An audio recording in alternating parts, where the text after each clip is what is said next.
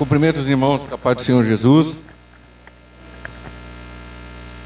Primeiramente, eu quero agradecer o pastor, a liderança, as irmãs. Quero agradecer a pastora Verônica por ter me chamado.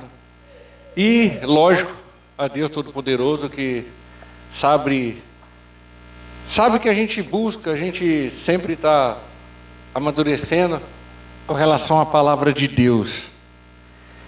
E eu gostaria também de fazer uma oração rápida para já começar a administração da palavra.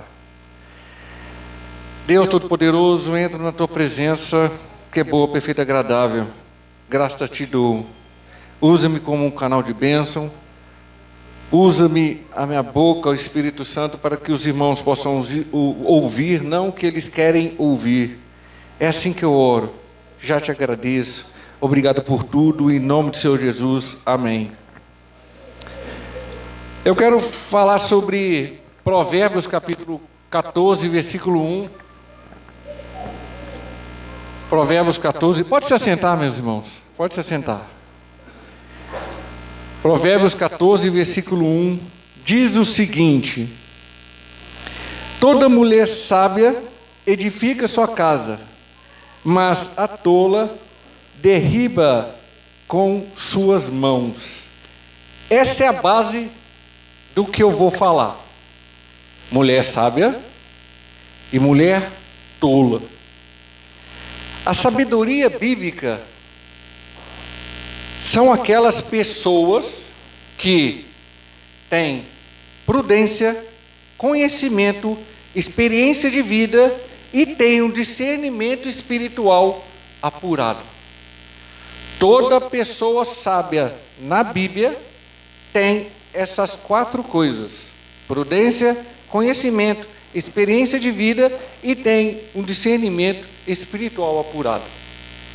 Prudência.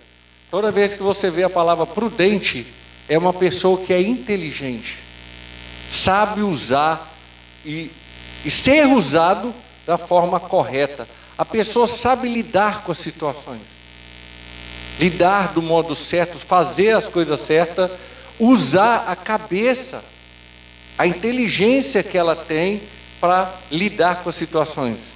Conhecimento. Para ter conhecimento, você tem que buscar. E normalmente uma pessoa que busca conhecimento, ela não fica só no mundano dela. Ela vai adiante. Ela se torna uma pessoa culta. Ela quer mais. Ela sempre está buscando. Ela sempre está querendo mais. E experiência de vida é vivência. Uma pessoa vivida não quer dizer que é uma pessoa que tem muitos anos de vida. Uma pessoa vivida quer dizer que é aquela pessoa que, quando ela passou por uma situação, ela soube lidar com aquela situação e aprendeu. Porque a vida é que nem uma sequência de lições. A vida é que nem o Enem de Deus. A vida nossa é o Enem de Deus. Ou você é aprovado, ou você é reprovado. Não tem meio termo para Deus. Ou você tira 10 em tudo, ou você tira 0 em tudo. E ter um discernimento espiritual apurado é a pessoa saber usar todas essas três situações que eu acabei de falar da maneira certa. Ela tem prudência, conhecimento, experiência de vida e usa discernimento para usar essas três, para ela conseguir viver da melhor forma possível. Olha que interessante. Tiago capítulo 3, versículo 17 e 18, diz o seguinte: mas a sabedoria que vem do alto é, primeiramente, pura, depois pacífica, moderada, tratável, cheia de misericórdia e de bons frutos, sem parcialidade e sem hipocrisia. Aí ele continua no versículo 18: ora, o fruto da justiça semeia-se na paz, para que os que exercitam a paz. Então, olha A sabedoria que Deus coloca na Bíblia é a sabedoria do alto. Então a sabedoria do alto é pura. Pura é ser livre, limpa. Ela não tem contaminação. Pacífica é ser calmo, gentil. Moderada, age com prudência, tem medida no seu agir. Ela sabe como agir. Cheia de misericórdia, sem compaixão, tem perdão dentro dela. Ao mesmo tempo que ela perdoa, ela também é perdoada. Ela sabe usar a palavra perdão. Bons frutos é o mesmo bons frutos que tem em João 15, quando Jesus fala: eu sou a videira verdadeira e vocês têm que dar frutos quando estão em mim. É Jesus que está falando que todos que estão nele é obrigado a dar bons frutos. Nós somos obrigados a dar bons frutos. É obrigação de um cristão dar bons frutos. E sem parcialidade. Isso quer dizer que sem incerteza de vida, sem dúvida. Você vai perguntar para metade do pessoal do mundo que é cristão, do mundo que eu falo que está na igreja: você está salvo? Não sei. O que é salvação? É porque eu tenho Cristo. Isso aí não é salvação. Então só porque você tem Cristo você é salvo? Isso não é salvação. Para ser salvo em Cristo, você tem que se assemelhar-se a Ele. Aí você vai mostrar a salvação em você, Cristo em você, porque Jesus deixa duas promessas na vida: vida em abundância e vida eterna. A partir do momento que você tem Cristo, você tem uma vida em abundância aqui. A partir do momento que você tem Cristo, você tem uma vida eterna aqui já com Ele. Ele já está aqui conosco na vida eterna. Ele está no meio de nós na vida eterna. Nós não estamos ainda na vida eterna por causa do corpo, mas já estamos amadurecendo nele e aproveitando a vida eterna que estamos com Ele. Porque quando estamos com Ele, nós já estamos aproveitando da vida eterna. A vida eterna já está dentro de nós, que é o fruto do Espírito Santo, que é o caráter de Cristo. E Ele está aperfeiçoando a gente para quando a gente chegar lá, a gente ser glorificado, que é a finalização de tudo. Aí ele fala sem hipocrisia. Tiago 3, 17 e 18.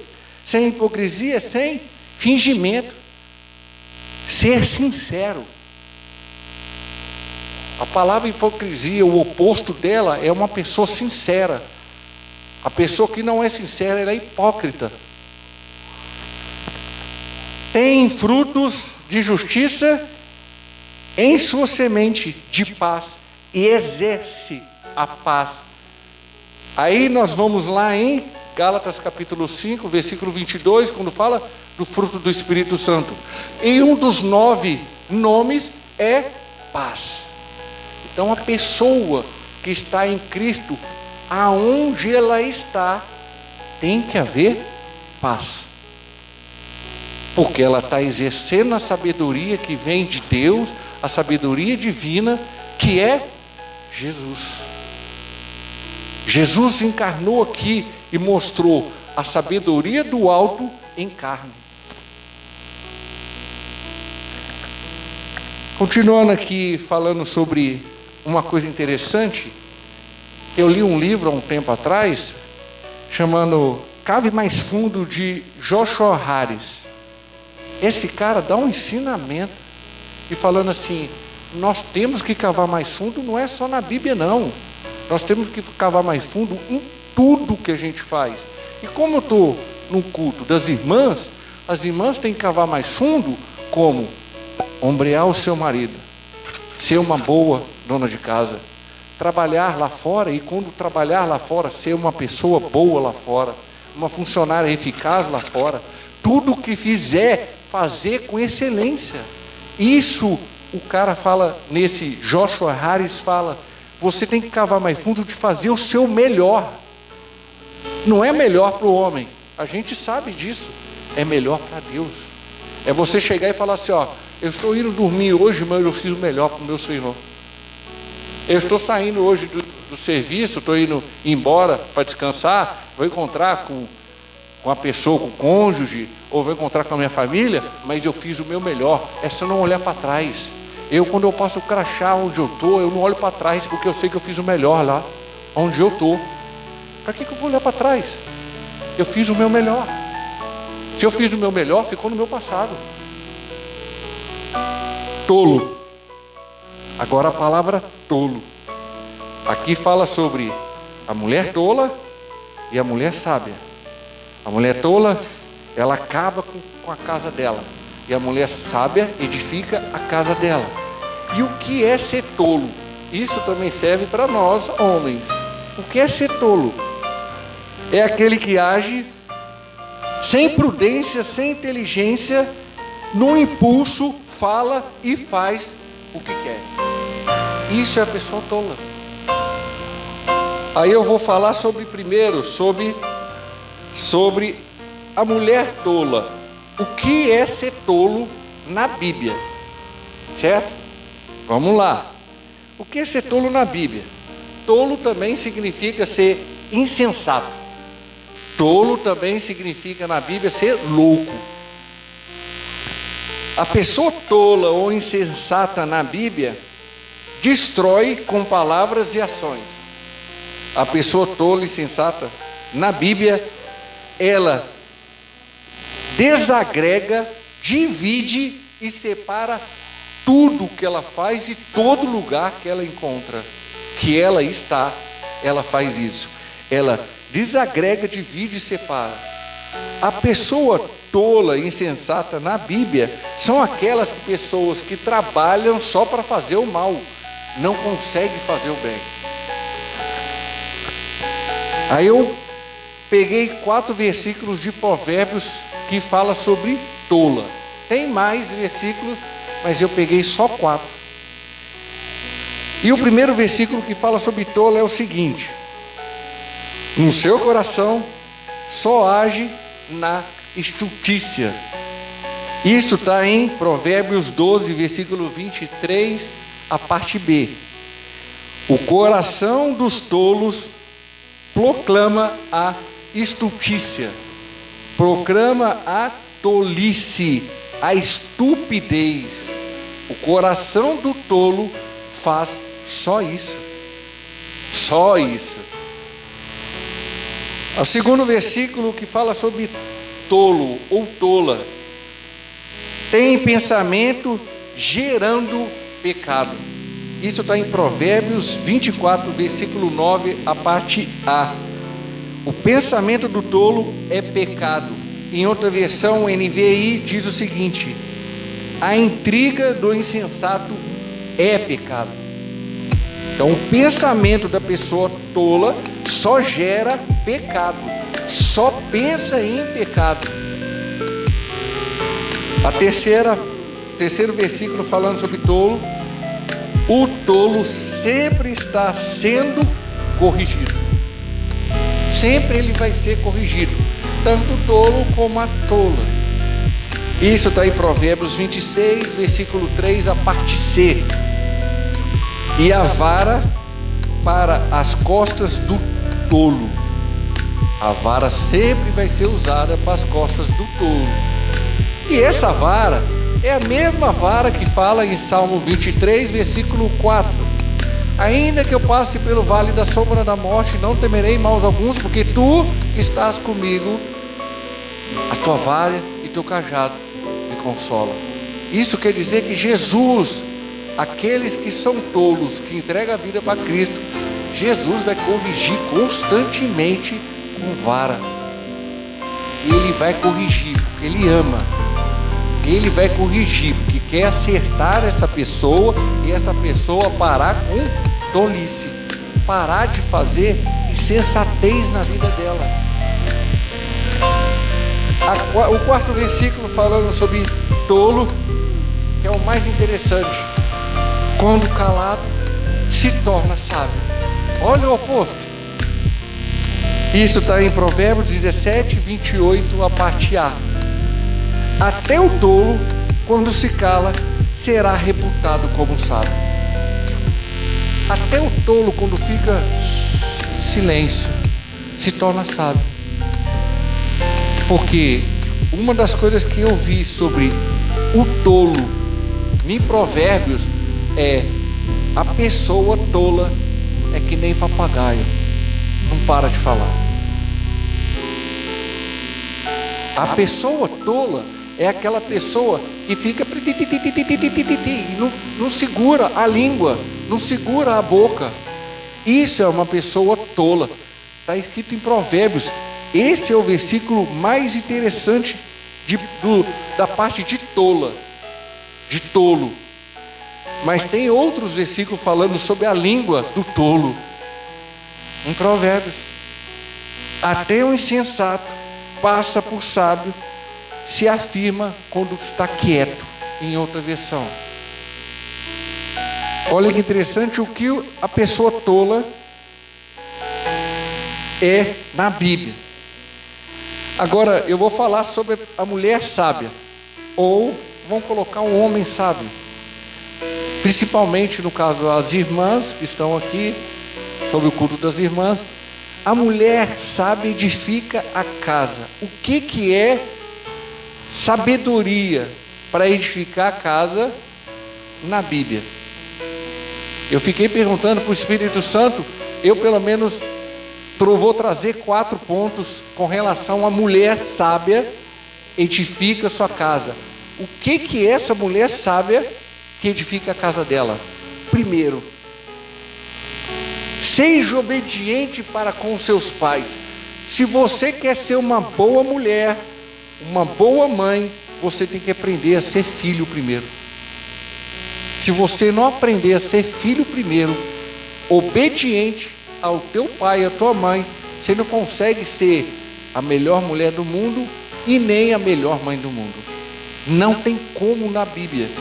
Isso está em Efésios 6, versículo 1 ao 4, e também é o mandamento de Deus que está em Êxodo 20, o versículo 12, que é o 5º mandamento de Deus: filhos, obedeçam aos seus pais, porque é o primeiro mandamento com promessa. Se você não sabe obedecer seus pais, você nunca vai ser uma pessoa sábia. Nunca. É o primeiro mandamento de Deus com promessa. E não adianta que isso aí que eu falei, é uma lição, é uma consequência. Você gera uma lição, Deus te ensina, você vai para outro estágio. É como se fosse a gente estiver jogando videogame. É estágios que a gente vai passando de fase. A vida é assim, é um jogo. A gente tem que compreender isso. Se você não consegue passar as fases mais simples, como é que você vai querer fazer as fases mais difíceis? Como é que você vai passar as fases mais difíceis? Como é que você vai tocar as músicas mais difíceis se você não sabe tocar um instrumento? Eu não sei tocar um instrumento nenhum. Como é que eu vou tocar um desses instrumentos aqui? Eu nem sei fazer o que é um dó. Cada um no teu espaço. Para mim, é poder tocar um instrumento desse aqui, eu tenho que aprender as notas mais simples, para mim poder chegar nas notas mais difíceis. Aí o que ele fala aqui? Honra o teu pai e tua mãe. Respeito. Isso é dignidade.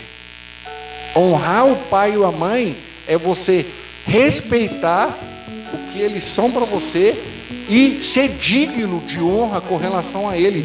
Aonde quer que você vá, você leva o nome deles, leva nas costas o sobrenome deles. Do jeito que os filhos fazem com os pais, Deus fará para com os filhos. Não adianta, isso aí a gente não vai fugir. Do jeito que os filhos fazem com os pais, quando for pai, os filhos vão fazer para eles. Você é filho, é o reflexo do seu pai. vão ser espelhos para com seus filhos e toda a sua família. Você tem que entender que tudo que você faz vai ser um reflexo para a sociedade ou para a sua família quando você construir ela, e os seus filhos vão refletir você. Tudo, sem exceção. Deus colocou princípios aqui, eu falo e volto a falar. Ele colocou princípios aqui com o tempo. Eu vou mostrar princípios que Deus não tira um tio dos princípios dele. Ele colocou e acabou. Não tem como você mudar. E um desses princípios é esse aqui. Se você quer ser um bom pai, um bom marido, se você quer ser uma boa esposa, uma boa mulher, uma boa mãe, você tem que ser um bom filho. Se você não for um bom filho, não tem como ser um bom cônjuge e não tem como ser pai ou mãe. Segundo ponto: seja auxiliadora, adjuntora de seu cônjuge, com relação à mulher sábia que edifica a casa dela. Isso está em Gênesis 2:18. A adjuntora é aquela que ajuda, auxilia, está junto com o seu cônjuge sempre, está sempre ajudando ele e está no mesmo caminho ou propósito que tem ele. Os dois estão juntos. Unicidade. Não tem como dividir. Não tem como separar. Tem a mesma missão. Olha que interessante, uma coisa que eu vi no livro de Jó. A mulher dele fala para ele negar Deus e morrer. Negue seu Deus e morra. Por que Deus não foi lá e fulminou ela? Por que Satanás não foi lá e fulminou ela? Lógico que a gente sabe que Deus é amor, então Deus não vai fazer isso. E por que Satanás não colocou a mão nela e não matou ela? Porque ela era casada com Jó. E Satanás é legalista. Ele tem princípios na lei também. Ele cumpre a lei de Deus. Ele não pode quebrar princípios de Deus. Ele não poderia colocar a mão na mulher de Jó, não poderia matar a mulher de Jó, porque os dois eram casados, unicidade, eram um. Por isso que eu não posso colocar a mão nela, não posso matar ela, porque ele é casada com ele. Agora ele, o Senhor liberou, e ela não foi liberada para ele. Ele só usou ela na situação para falar que nem uma mulher tola na cabeça de Jó. Ela foi uma mulher tola na cabeça de Jó. Em Eclesiastes 4, no versículo 9 ao 12, eu não vou ler, mas fala sobre o cordão de 3 dobras. Do versículo 9 ao 12 fala o resumo, isso aqui que eu vou falar. Os dois, quando são casados, trabalham juntos, unidos. Quando cair, um ajuda o outro. Quando dormir, um aquece o outro. E se houver algum inimigo, juntos resistirão. Isso fala o resumo de Eclesiastes, capítulo 4, versículo 9 ao 12. O terceiro ponto, sobre uma mulher que edifica a sua casa. Seja submissa ao seu marido. Isso está em Efésios 5, versículo 22 e 23. Sujeita ao marido ou sujeita ao cônjuge quer dizer que como você está sujeita a Cristo. Sujeição é estar junto no mesmo propósito com relação ao reino. Os dois estão juntos na mesma caminhada. É interessante que John Piper fala o seguinte sobre sujeição ou submissão. Submissão no casamento é o chamado de uma esposa para honrar e afirmar a liderança de seu marido e assim ajudá-lo a exercer esse papel de liderança de acordo com seus dons. Então a mulher que é sábia, que ela é submissa ao seu marido, ela está ombreando ele, ajudando ele na parte que ele é líder, na parte que ele tem um ofício na igreja. Ela está sempre do lado dele, na parte que ele tem uma função na igreja. Então ela sempre está do lado dele com relação a isso. Em Tiago 4, versículo 7, é a mesma palavra, submissão, sujeição, e é a mesma palavra que fala em Tiago 4, 7. Sujeitai-vos a Deus, resisti ao diabo e ele fugirá de vós. Sujeitai-vos a Deus. Se você não sujeitar a Deus, ao princípio estabelecido que a mulher tem que sujeitar ao seu marido, como que você vai ajudar o seu marido quando vocês dois passarem por uma opressão, por um ataque espiritual?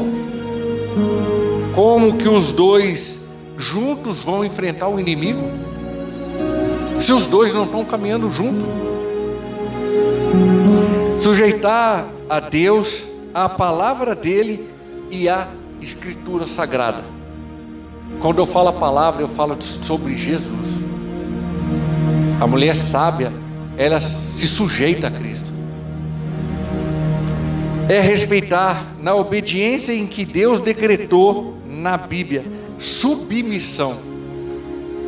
Aí tem muitas pessoas hoje, feministas, que começam a levar que a mulher, a Bíblia não tem, é machista, começa a levar, distorcer a palavra de Deus, falando que a mulher tem que correr atrás dos seus ideais também.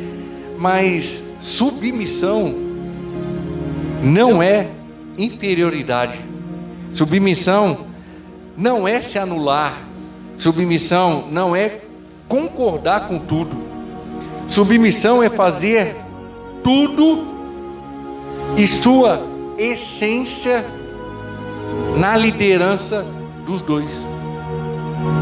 O marido mostra o caminho. Não quer dizer que a mulher vai obedecer ele com relação ao caminho. Ela pode ajudar ele a mostrar muito mais coisas que ela está observando nesse caminho. Ela pode estar ajudando ele a enxergar mais além. A função de uma mulher que é casada é sempre estar orando pelo seu marido. Em hipótese alguma ela pode deixar de orar. O quarto ponto, com relação à submissão, a mulher que edifica a sua casa, a sábia, é ser uma mulher virtuosa. Coloca aí em Provérbios 31, 10.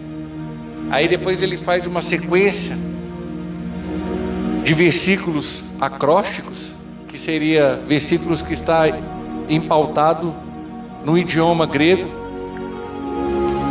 Provérbios 31, 10. Mulher virtuosa, quem achará? O valor dela muito excede ao de um rubi. Olha que interessante. Em Provérbios 12, 4 também fala: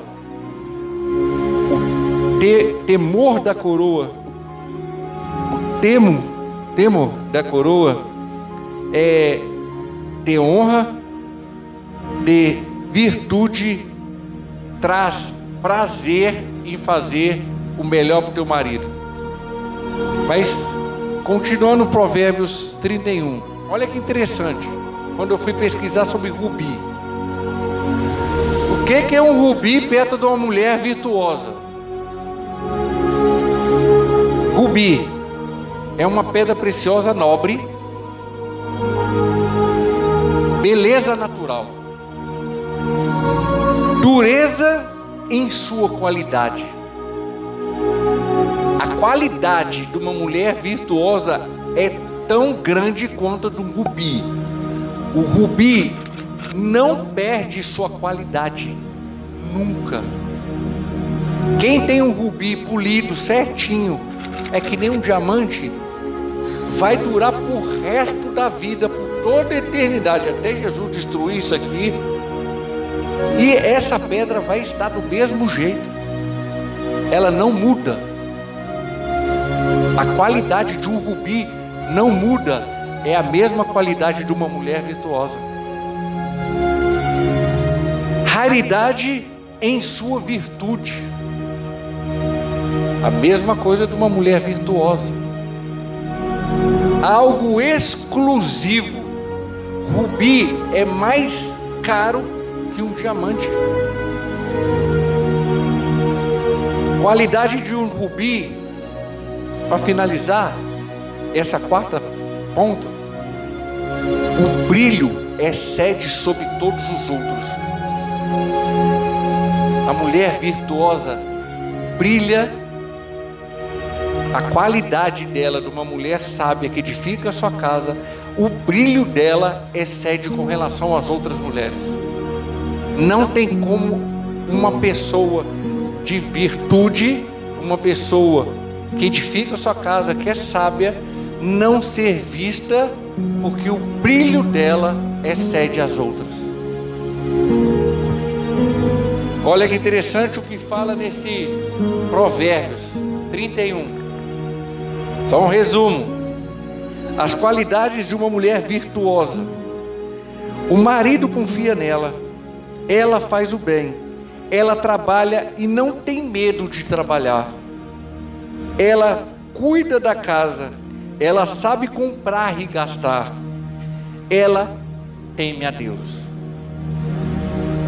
Ela sabe o seu papel, tanto na família, na casa, como esposa, como amiga, como mãe, na sociedade e também como filha.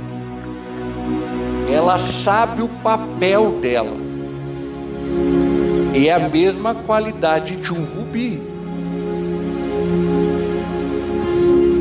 que excede o entendimento das pessoas, ou das mulheres, ou dos homens que são tolos. E para finalizar, coloca Provérbios, fazendo um favor, 24, versículo 3 e 4. Olha a qualidade de uma mulher virtuosa. Uma mulher que edifica a sua casa. Com sabedoria se edifica a casa, e com entendimento ela se estabelece. Versículo 4. E pelo conhecimento se encherão as câmaras com todos os bens preciosos e agradáveis. O que ele está falando aqui? A mulher sábia, ela consegue colocar em sua casa harmonia, móveis, toda a qualidade para a sua família viver bem, precioso e agradável. Ela traz qualidade dentro da sua casa. Todos os móveis que ela coloca com excelência. Ela sabe mobiliar uma casa. É isso que esse Provérbios fala. Isso que é uma mulher sábia, que edifica a casa dela, que ela tem virtude, que ela teme a Deus. Ela edifica uma casa, ela afirma com inteligência essa casa, e com conhecimento coloca móveis, embeleza a casa, para que essa casa seja agradável para todos que moram lá. Isso é uma mulher sábia que edifica a sua casa. Coloca tudo de uma forma rara, exclusiva dela. Cada cadeira, cada mesa, cada móveis, cada televisão, som, ela coloca do jeito dela, de uma forma exclusiva. Ela não traz distorções, contendas com relação a tudo que ela faz dentro da casa. Agora vamos para a atualidade. Mulher sábia, não é consumista, sabe controlar financeiramente seus desejos e não são influenciados por um sistema mundano caído que nem o que estamos hoje. maior problema de hoje da humanidade, muitos já falaram aqui, eu vou voltar a falar, é a internet. Infelizmente é o celular. Eu, por exemplo, quando eu estou no trabalho lá, você não vê uma pessoa conversando com a outra. Todo mundo está lá assim, ó. Entra em casa, está todo mundo lá assim. Às vezes eu chamo a minha mãe está lá assim. Demora uma meia hora para cair a ficha dela. E eu estou do lado dela, mãe. Mãe, isso é o mal do ser humano. Nós que somos cristãos, nós temos que tirar isso aí da nossa vida. Nós temos que olhar para o que os outros estão fazendo e falar assim: não, eu não posso ser igual a essa pessoa, não. Eu não posso ser igual a essa pessoa que trabalha comigo, igual a essa pessoa da minha família. Eu tenho que tirar isso de mim. Nós temos que evitar as redes sociais. Eu não estou falando de a gente não entrar, não. Mas tem pessoa que quando entra, fica 5, 6 horas. Não vai ler a Bíblia, não vai buscar conhecimento, não vai ver uma pregação, não vai ver. Só fica na rede social, só vendo vídeo. Só, que nem um pastor uma vez eu vi falando, só vê naquela telinha ali, ó, estado off. Porque seu cérebro, quando você fica vendo aquilo ali, está em estado off. Você não está pensando em nada. Você só fica captando. Agora, quando você busca, quando você corre atrás, quando você vai ler, é seu desempenho, você tem que correr atrás. Olha que interessante que a mulher virtuosa, mulher sábia, mulher que edifica a casa, é a mesma coisa que está em Salmo 1. Ela não é aconselhada, o caminho dela e a rotina dela não vai ser contaminada pelo ímpio, pelo pecador e pelo escarnecedor. E para finalizar, que 2 versículos que Jesus sempre toca no meu coração com relação ao que acontece nesse mundo, e eu sempre vou nesses 2 versículos para acalmar o meu coração. São 2 versículos que marcam, para finalizar, com relação à mulher virtuosa, à mulher sábia, e para todos nós aprendermos. João 14, 27 e João 16, 33. Para mim esses 2 versículos se unem para a gente poder passar uma vida melhor do lado de nosso Senhor Jesus e esperar que Ele venha logo, porque eu vou falar de novo. Eu já falei com o irmão, com o Giacomo Wellington ali. Prepara para 2021. Vai piorar. Eu não vejo nenhuma brecha do mundo melhor. Nenhuma. Eu não consigo ver. Quando eu entro na Bíblia, a parte de Jesus escatológica, e eu entro em Apocalipse, dá temor. E eu quero que Cristo volte logo. Porque fica difícil a gente aguentar. A opressão é muito grande. E o que eu falei, vai estreitar. Vai estreitar. Em João 14, 27 diz: deixo a minha paz vos dou, não vou-lo dou como o mundo dá. Não se turbe o vosso coração, nem se atemorize. Versículo João 16, 33 diz: tenho-vos dito isso para que em mim tenhais paz. No mundo tereis aflições, mas tende bom ânimo, eu venci o mundo. Só quem tem Jesus para poder suportar o que aguarda esse mundo de 2021 em diante. Está começando e já começou a entrar aqui no Brasil a perseguição cristã. Vai piorar. E é o que eu falei. Jesus está na porta, nosso Senhor vai voltar. Os maiores teólogos do mundo que eu já li falando sobre escatologia, eles dão no máximo 15 a 20 anos para Jesus voltar. No máximo. Eles falaram que o mundo está num caos e o pessoal não sai dessa matriz, desse matrix, que acha que é só vir na igreja, só assistir tal coisa. Vai ver o que acontece no mundo.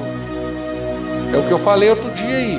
Tem 13 guerras para acontecer assim, ó, de uma hora para outra. E o pessoal está achando que a vida é só comer, dormir, vir na igreja ou ir trabalhar, e é muito mais que isso. Em nome do Senhor Jesus, eu espero que tenha passado um pouco de entendimento para vocês. Agradeço a oportunidade, agradeço ao pastor, à pastora Verônica, e estamos juntos para essa caminhada em nome do Senhor Jesus, amém. Os irmãos querem receber essa palavra, amém? Deus continue abençoando já com o Jean.